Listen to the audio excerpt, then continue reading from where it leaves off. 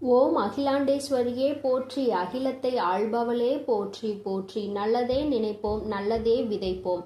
அம்மன் அருள்வாக்கு குழந்தைகளுக்கு இந்த அம்மன் தாயின் ஆசீர்வாதங்கள் எப்பொழுதுமே முழுமையாக கிடைக்கும்.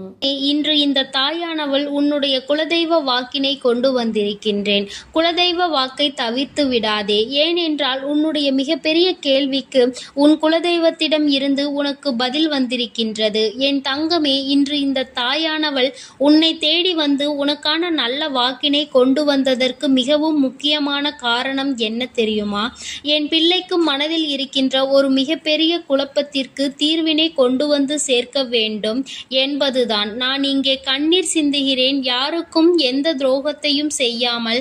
ஆனால் என்னை கண்ணீர் சிந்த வைத்தவர்கள், என்னை மனம் வருந்த வைத்தவர்கள் அங்கே நிம்மதியாக இருப்பதற்கு என்ன காரணம் தாயே என்று என் பிள்ளை நீ என்னை பார்த்து கேட்கின்றாய் அல்லவா? இந்த கேள்விக்கு உனக்கு நான் பதில் கொடுக்க வேண்டும் அல்லவா? என் குழந்தையே, நீ எத்தனையோ கண்ணீர் சிந்தினாய். சரி, நீ இப்படி கண்ணீர் சிந்துவதற்கு யார் காரணம் என்று ஒரு நொடி உணர்ந்து பார்த்தாயா? உண்மையாகவே நீ இப்பொழுது சிந்திய இந்த கண்ணீருக்கு அவர்கள் உண்மையில் தகுதியுடையவர்கள் தானா? அவர்கள் பேச்சுக்கு நீ மதிப்பு கொடுத்தது நியாயம்தானா என்பதை முதலில் நீ தெளிவாக புரிந்து கொண்டிருந்தால் உனக்கே பாதி பதில் அப்பொழுதே கிடைத்திருக்கும். சரி, அவர்கள் சொல்வதை சொல்லிவிட்டார்கள், நீயும் அழுவதை அழுது விட்டாய். இப்பொழுது உன் குலதெய்வம் இதற்கு பதில் சொல்ல வந்ததற்கு காரணம் என்ன தெரியுமா? இது உன் குலதெய்வத்தின் வார்த்தைகளுக்கு உன் வாழ்க்கையில் இடம் கொடுக்க வேண்டிய காரியமாக மாறிவிட்டது. ஏனென்றால் இந்த பிரச்சனைகள் உன் குலத்தில் இருக்கின்ற பிள்ளைகளுக்கு இடையே ஆனது. குலதெய்வம் 2 பேருக்குமே தெய்வமாக உனக்கு இருக்கலாம், அவர்களுக்கு இல்லாமலும் போகலாம். ஆனால் உன் குலதெய்வம் அப்படி அல்ல. இருவருக்குமே உன் குலதெய்வம் ஒன்று என்பதனால் இப்பொழுது அவர்கள் இதற்கு பதில் தர வேண்டிய கட்டாயம் வந்துவிட்டது. நீ சிந்திய கண்ணீர் அவர்கள் மனதை அல்லவா ரணமாக்கிவிட்டது. நீ தேவையோடுதான் கண்ணீர் சிந்தினாய், தேவையில்லாமல் கண்ணீர் சிந்தவில்லை. இதுவெல்லாம் அவர்களுக்கு நன்றாக தெரியும். என் குழந்தையே, நீ தவறுகள் செய்திருந்தாலும் சரி, தவறுகள் செய்யாவிட்டாலும் சரி, அதற்கு என்ன விஷயங்கள் என்ன காரணங்களாக உன் வாழ்க்கையில் வந்தாலும் அதை நீ சரியான கோணத்தில் எதிர்கொண்டு இருக்க வேண்டுமே தவிர ஒருபொழுதும் அழுது உன்னுடைய நிலையில் இருந்து நீ இறங்கி வந்திருக்க கூடாது. என் குழந்தையே, நீயாகவே உன்னுடைய நிலையில் இருந்து இறங்கி வந்ததனால் இன்று உனக்கு இருக்கின்ற கஷ்டங்கள் ஏராளமாகிவிட்டது. நீ இந்த நிலையில் இருக்க வேண்டும் என்று எண்ணி அவர்கள் இந்த காரியங்களை செய்தார்கள். இப்பொழுது சந்தோஷமாக அவர்கள் இருக்கின்றார்கள். அவர்களுக்கு சந்தோஷத்தை கொடுத்துவிட்டு நீ இங்கே வேதனைப்பட்டு கொண்டிருக்கிறாய் என்றுதான் உன்னுடைய குலதெய்வம் சொல்கின்றார்கள். அது மட்டும் அல்லாமல் நீ இன்னமும் சில செயல்களை வேண்டாதவைகளாக செய்து கொண்டிருக்கிறாய் என்று அவர்கள் மனம் வருத்தப்படுகின்றார்கள். யாருக்கு என்ன பிரச்சனை என்றாலும் அதை இழுத்து உன் தலையில் போட்டுக்கொள்வதே மிகப்பெரிய வேதனைக்குரிய செயலாகும். அவர்கள் நினைக்கின்றார்கள், அடுத்தவர்கள் படுகின்ற கஷ்டங்களை பார்த்து மனம் இறங்குவதில் தவறில்லை. அதற்கு அவர்கள் உன்னிடத்தில் உதவிகள் கேட்டால் மட்டும்தானே செய்து கொடுக்க வேண்டும். மாறாக நீயாகவே உள்ளே நுழைந்து அவர்களுக்கு உதவுகிறேன் என்று சொல்லிவிட்டு நாளை உன்னுடைய கஷ்டங்களுக்கு யாரும் உனக்கு உதவிக்கு வராமல் நீ நிற்கும் பொழுது அது எத்தனை பெரிய வேதனையாக இருக்கும் என்பதை உன்னால் புரிந்து கொள்ள முடியும்.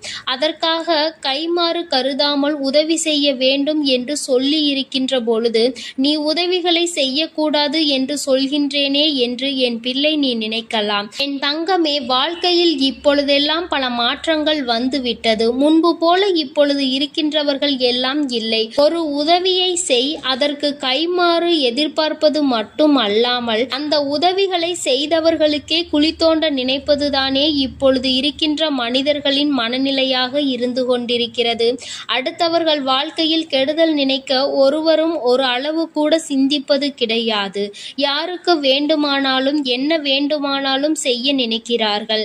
அதனால் அவர்கள் நினைக்கின்ற விஷயங்கள் எல்லாம் சரிதான் என்று எல்லாவற்றையும் விட்டுவிடக் கூடாது என்றுதான் உன் குலதெய்வம் சொல்கின்றார்கள். வேண்டியவர்கள் வேண்டாதவர்கள் என்றெல்லாம் இப்பொழுது கிடையாது.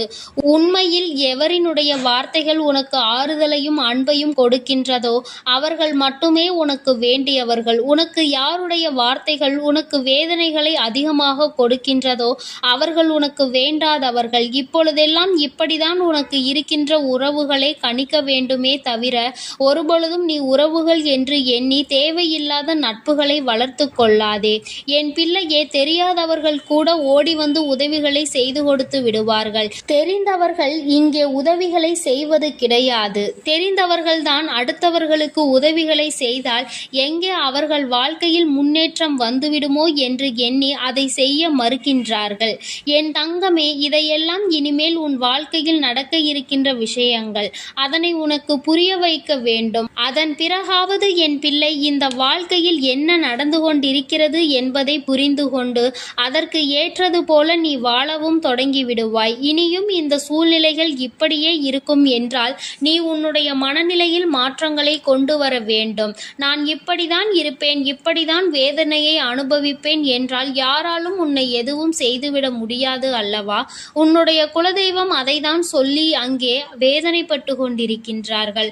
அதனால் என் குழந்தையே, இனி ஒருபொழுதும் இந்த வாழ்க்கையில் உனக்கு கிடைத்த கஷ்டங்களை எண்ணி வேதனைப்படாமல் இனி உன்னுடைய வாழ்க்கையில் உன்னை தூக்கி நடத்துகின்ற தெய்வமாக நான் இருப்பேன் என்பதை நீ மனதில் வைத்து கொண்டு உனக்கு செய்கின்ற விஷயங்களை எல்லாம் பார்த்து நீ கணக்கில் எடுத்துக்கொள்ள வேண்டாம். யாரை விட்டுவிட வேண்டும் என்பது உன்னுடைய கையில்தான் இருக்கிறது. எல்லாவற்றிற்கும் மேலாக இந்த வாழ்க்கை உனக்கு கொடுக்க நினைத்த சோதனைகளை எல்லாம் நீ கடந்து வந்து யார் உன்னை அள வைத்தார்களோ அவர்கள் முன்னிலையில் நீ வாழ்ந்து காட்ட வேண்டும். உன் குலதெய்வம் இன்னொன்றையும் சொல்லி இருக்கின்றார்கள். உன்னை கண்ணீர் சிந்த வைத்தவர்கள் அங்கே மிகுந்த மனவேதனைக்கு ஆளாகி நிற்கப் போகின்றார்கள். அடுத்தவர்களுக்கு வேதனையை கொடுப்பதற்கு முன்பாக சற்று சிந்தித்து இருந்தால் இன்று அவர்கள் நல்ல நிலைக்கு வந்திருப்பார்கள். ஆனால் அவர்கள் இன்று உன் குலதெய்வத்தின் கையால் தண்டனை பெறுவதற்கு தயாராக நிற்கின்றார்கள். இனியாவது இந்த வாழ்க்கையை பற்றிய கவலை மற்றவர்கள் மீது செலுத்தாமல் உனக்கு நல்லபடியாக இருக்கும் என்பதை நீ மனதார நம்பிவிட்டால் போதும். எப்பொழுதுமே உனக்கு மன நிம்மதி கிடைக்கும். உன் குலதெய்வம் உனக்கு துணையாக இருக்கின்றது. உன் குலத்தில் இருக்கின்றவர்கள் தானே என்று அவர்கள் யாரையும் விட்டுவிடுவதில்லை. அவர்கள் தவறு செய்கின்றவர்களுக்கு தண்டனை என்ற ஒன்று எப்பொழுதும் கிடைத்தே தீரும் என்றுதான் சொல்கின்றார்கள். அந்த தண்டனையை அவர்கள் இந்த வாழ்க்கையில் அனுபவித்தே தீருவார்கள் என்பதிலும் எந்த மாற்று கருத்தும் கிடையாது. எதுவாக இருந்தாலும் இல்லையே, நீ மட்டும் மனதார எந்த துரோகத்தையும் செய்து விடாதே. இனி இந்த வாழ்க்கை உனக்கு நல்லதை கொடுக்க வேண்டும் என்றால் கெட்ட மனிதர்களிடம் இருந்து சற்று ஒதுங்கி இருக்க பழகிக்கொள். அவர்களை பற்றி தெளிவாக புரிந்து கொண்டு அவசரப்பட்டு நீ அழுது உன்னுடைய பலவீனத்தால் உன் சந்தோஷத்தை நீயே இழந்து விடாதே. என் அன்பு பிள்ளைக்கு இந்த தாயானவளினுடைய ஆசீர்வாதங்களும் உன் குலதெய்வத்தினுடைய ஆசீர்வாதங்களும் எப்பொழுதும் முழுமையாக கிடைக்கும். என் தங்கமே, அதனால் நீ எதற்காகவும் கலங்காதே, எதை நினைத்தும் வருந்தாதே. நீ நல்லதையே நினைத்தால் உன் வாழ்வில் எல்லாம் உனக்கு நல்லதாக மட்டுமே நடக்கும். ஓம் ஸ்ரீ வராகி தாயே போற்றி போற்றி. ஓம் ஸ்ரீ வராகி தாயே போற்றி போற்றி. ஓம். என் அன்பு பிள்ளைக்கு இந்த அம்மன் தாயின் அன்பும் ஆசீர்வாதமும் முழுமையாக கிடைக்கும். ஓம் அகிலாண்டேஸ்வரியே போற்றி, அகிலத்தை ஆள்பவளே போற்றி போற்றி.